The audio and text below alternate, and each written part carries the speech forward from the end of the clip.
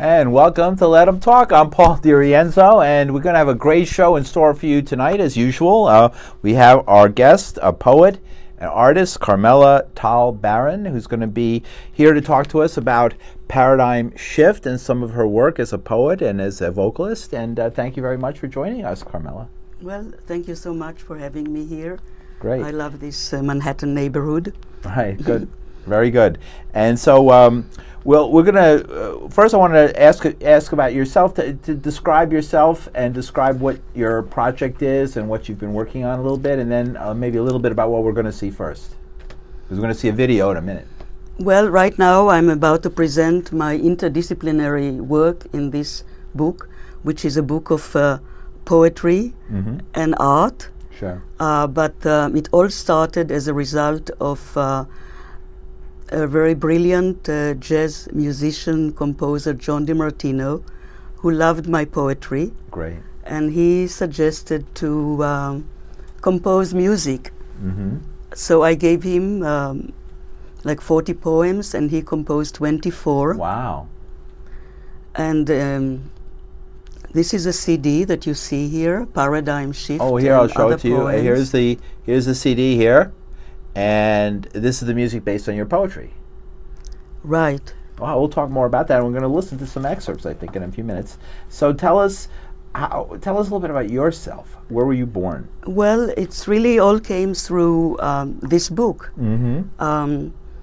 I actually edited the poems and the songs, and I realized that really it describes who I am as someone who comes from one place. I was born in Israel, actually in the land of Israel. At that time it was Palestine under British rule, and grew there and take a great deal of pride in being a Hebrew poetess. So you wrote your original poetry, you wrote in Hebrew? Yes. So you were born in Jerusalem? No, I was born in Tel Aviv. Tel Aviv, okay. Very close to Jaffa, in the old Tel Aviv. They used to call it the Golden Sands. A city was born on the Golden Sands. Okay.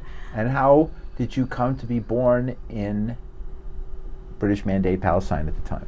Well, I guess that's my luck, that my father had the vision to leave Poland before, and actually my grandfather had this vision to leave Poland, and he did not manage to live his dream, and but he went there, and he allowed my mother to join my father, and so they enjoyed the 20s, the good 20s. Right. For a girl to be left to leave the home of their parents in Poland of that era would have been a far-sighted thing, right? A thing that would take a lot of...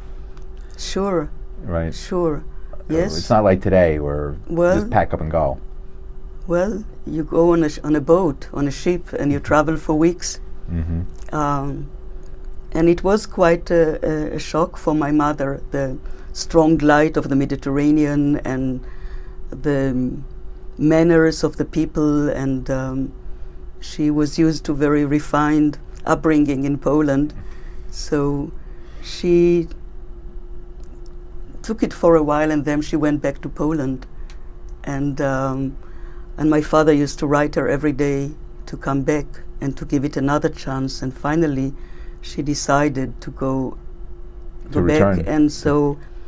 And this is when I came into the world. Okay, wow. In 1942. Wow. When Hitler was actually in Egypt. Really? So it was close by. In the battle they were fighting the British in outside of Tobruk. You could not really run away from Europe at that time, but lucky that Hitler was defeated before he invaded the little Palestine with right. He was heading in half that a million direction. Jews who were there. So I consider myself, my mother always said that I'm very lucky to be born. Right, that she made the right decision to live in a place where the manners might not have been very refined, but at least it was a survival. Well, it was kind of, she got used to it, as we all got used to it, but we are still, Israel is still struggling for its survival and for her for the definition of the country as a democracy. And we all go through a paradigm shift, and so is a country. A country also goes through a paradigm shift. Sure does. Okay, so let's talk more about your work, because I want to watch. What's the first video we're going to see? We're going to see "Don't Ask," and it's a film by Tova Beck-Friedman, who she did a film about the paradigm shift of Israeli writers and artists in New York. Okay, so let's watch it, and then we'll come back and we'll talk a little bit about it. And the background is my poem that brings the whole thing together. Okay, let's watch.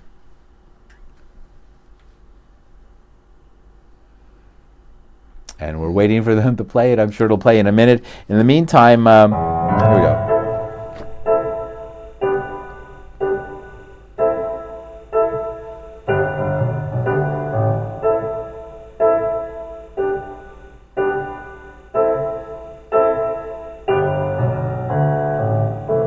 Every time I tell a joke, people correct my English.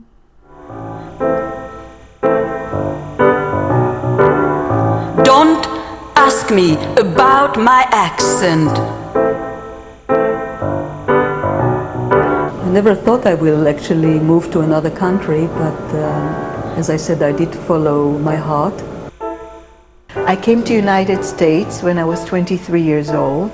I went with an invitation of Anna Sokolov to audition for Juilliard School and also to work with her company. Don't ask me about my accent. Ask me about my essence. Don't ask me what I do. I was offered a job to teach at City College in the English department.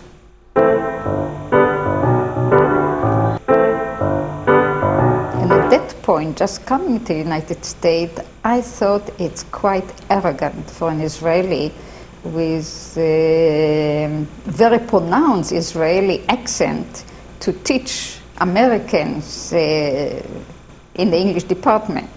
But as I was asked, and I don't have the habit to reject what I'm asked, I said, well, what the hell, I'm going to do that. Don't ask me about my accent.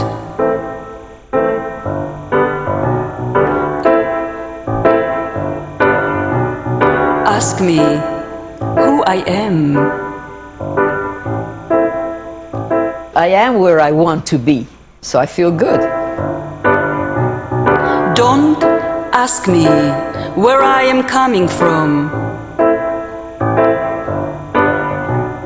Ask me, where are we heading to? It depends. When I'm in Israel, it's in Hebrew. When I'm here, it's English.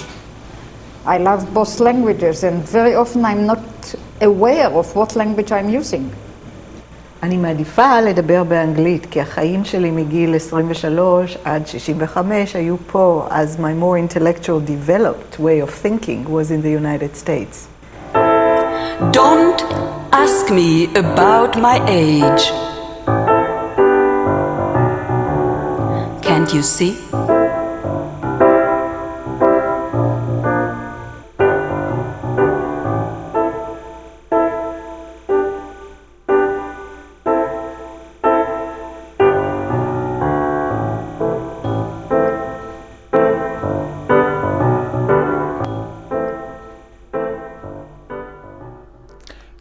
Oh, that was an interesting video. Tell us a little, what is it now? That's, you came to New York and you studied at Juilliard?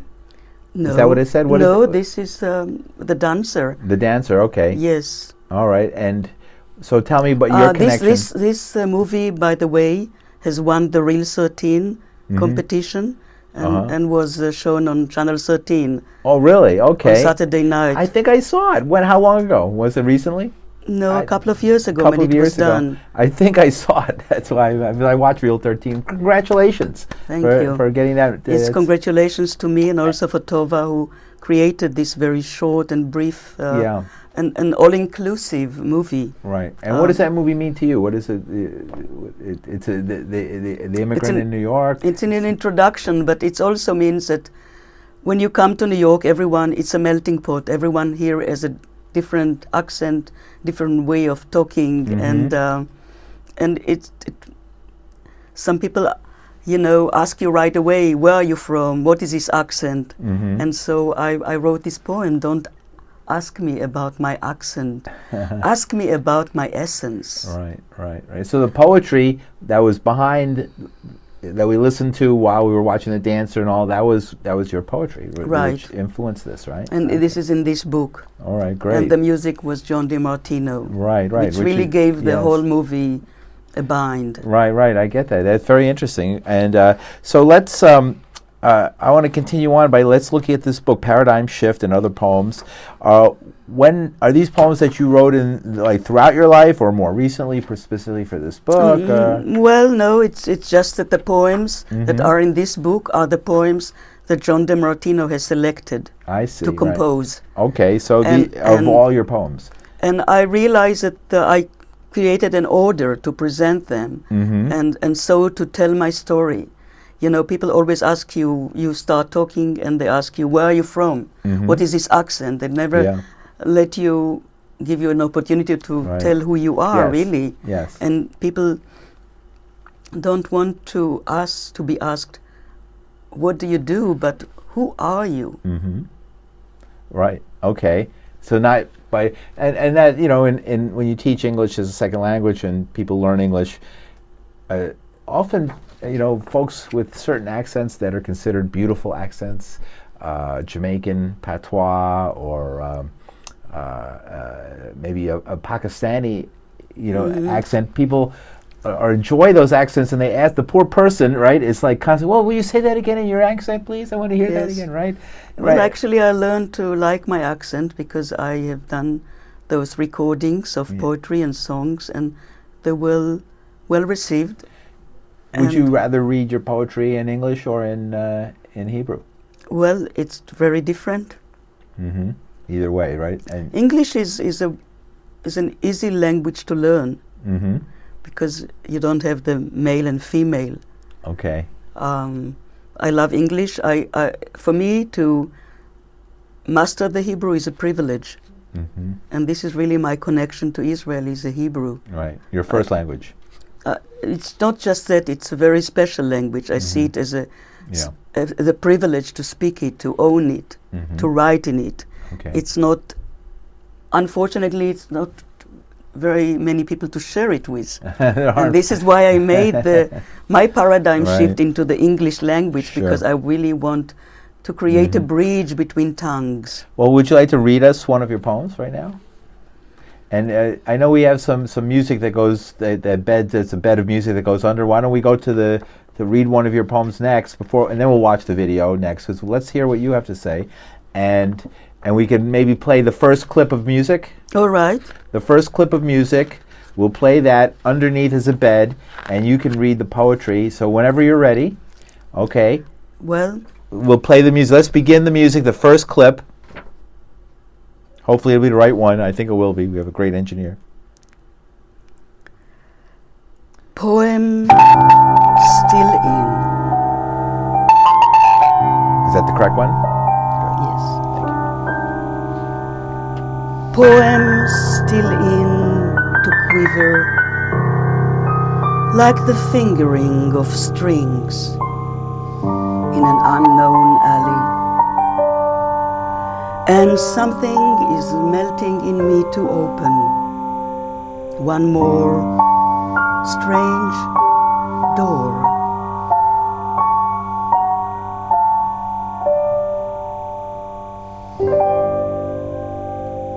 This is one of the very early poems that I wrote.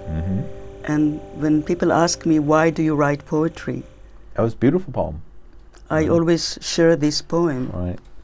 And let's, in the book, let's look at the book version of it. Which page? Oh, here it is. I would also like to share a poem for winter while tripping. Oh, while tripping, right? This was also my paradigm shift here, to come and experience my second snow. And that's the second. Okay, so you didn't see snow, right? I have to remember you hadn't seen snow before, right? Of course. Actually, I've seen once in Tel Aviv by mistake. It was very weird and surreal. That it did snow. Rarely yes, snows there. Yes. So the second time I saw snow was in the Bronx.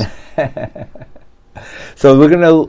It's the next clip, the second clip. All right, we'll go to the second clip, and we'll begin that as a bed so that Carmela can read.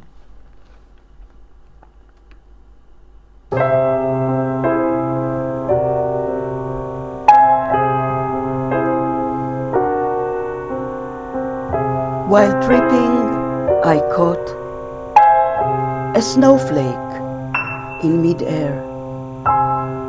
While tripping, I caught a snowflake, a frozen blossom in a white crystal, revealing a dormant flower with a starry heart. A flake wandering among drops of water as a wonder melts away.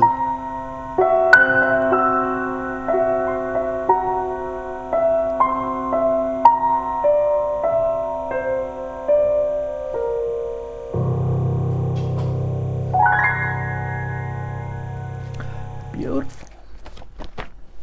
Thank you. Thank Carmela you so much.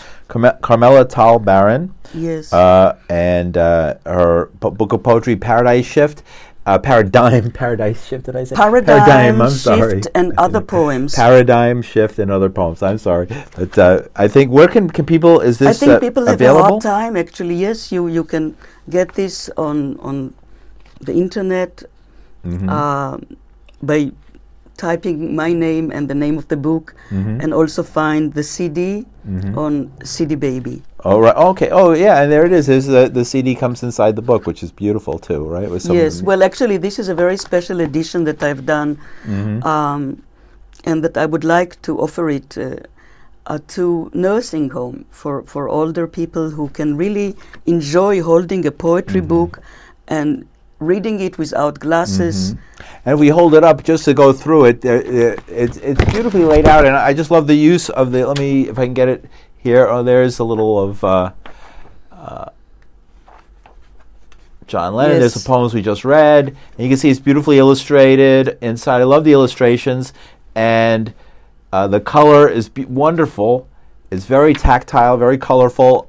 If I jump ahead. The lettering is beautifully in color. Exile. Right, this is Exile, a poem I wrote about the Bronx when I lived there. Right. And I do hope to be able to share more of this poetry. And this is a very good meditation to listen to the poems. Yeah. And to read and to see the art, to engage all the senses. And I've created it as the first edition of this book because so often I look at poetry book and the print is so small, it's so hard to read. Yours is big, it's large. Well, I really created this first edition on purpose to create my ideal, the way I want to see a book. Okay. And the second edition, which I hope to find a good house for, will be smaller edition. Sure.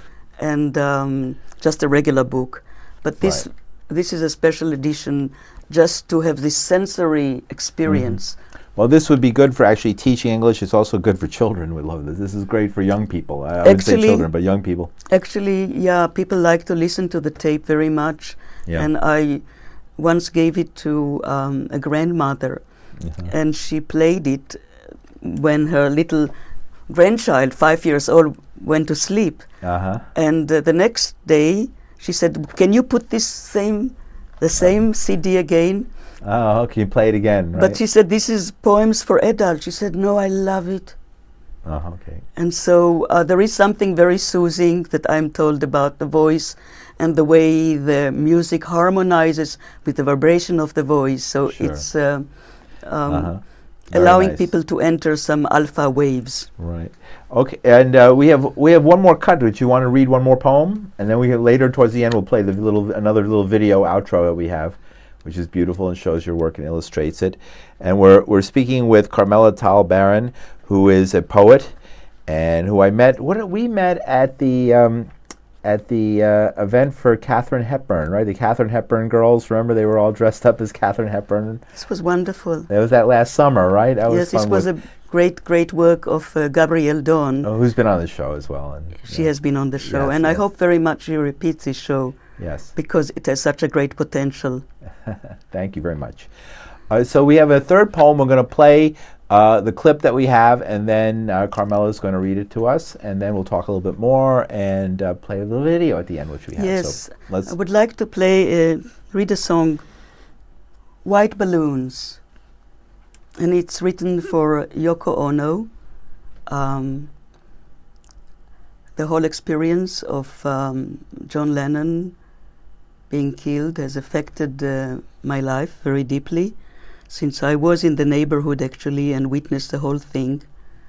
So there are two poems here for her. One is called The Day After the Night John Lennon Died, and the other one is called White Balloons. Can we have the music?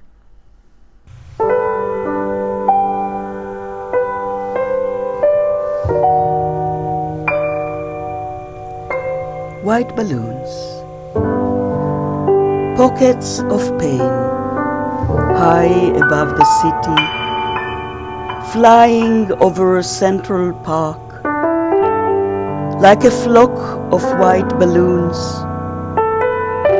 Yoko once let loose, after John was blown to heavens. Upstairs is only one floor above the rooftop.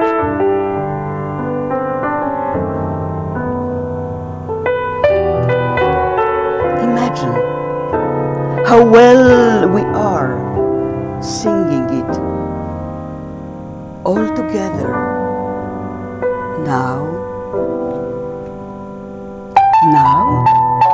in a dream state, an awakening. Pockets of pain,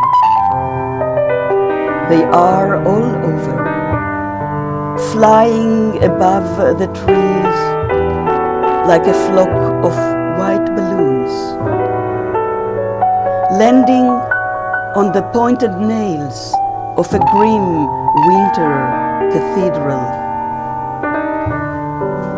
Tiny little pockets of pain button up my body like bubbles caged inside a crystal.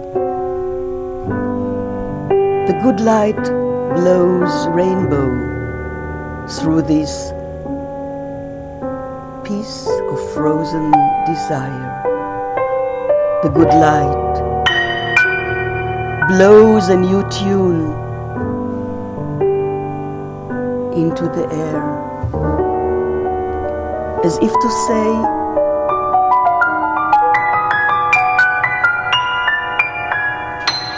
the pain was not in vain.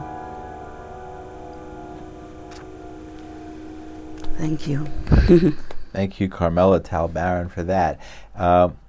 So, how is your poetry a reflection on? Is it a reflection on your experiences in life, and does it? How should people relate to it? Is it about your particular experience, or is it about what you've observed? What gives you your ideas? Every poem has another story to tell and another origin where they are coming from. Mostly the poems lead me to music, because there is music in the poem to start with. And now we are about to see a poem that turned into a song and into moving pictures. And it's called Tree. All right, let's. And it was composed.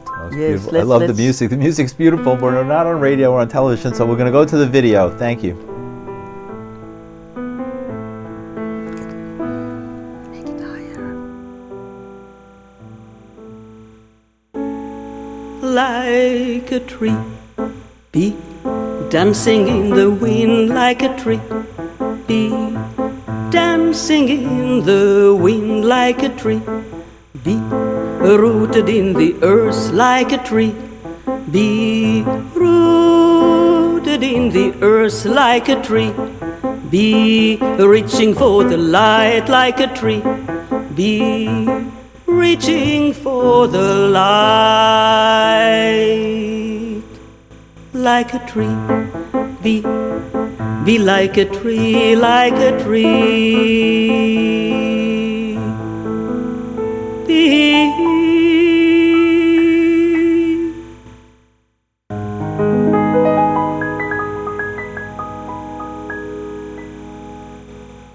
Feelings run deep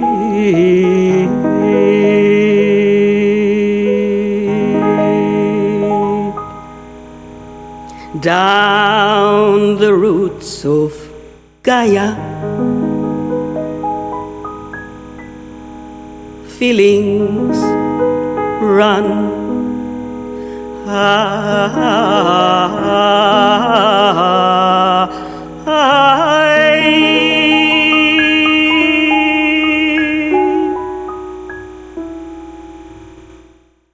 branches tilting, lifting, lifting, lifting the roof of darkness.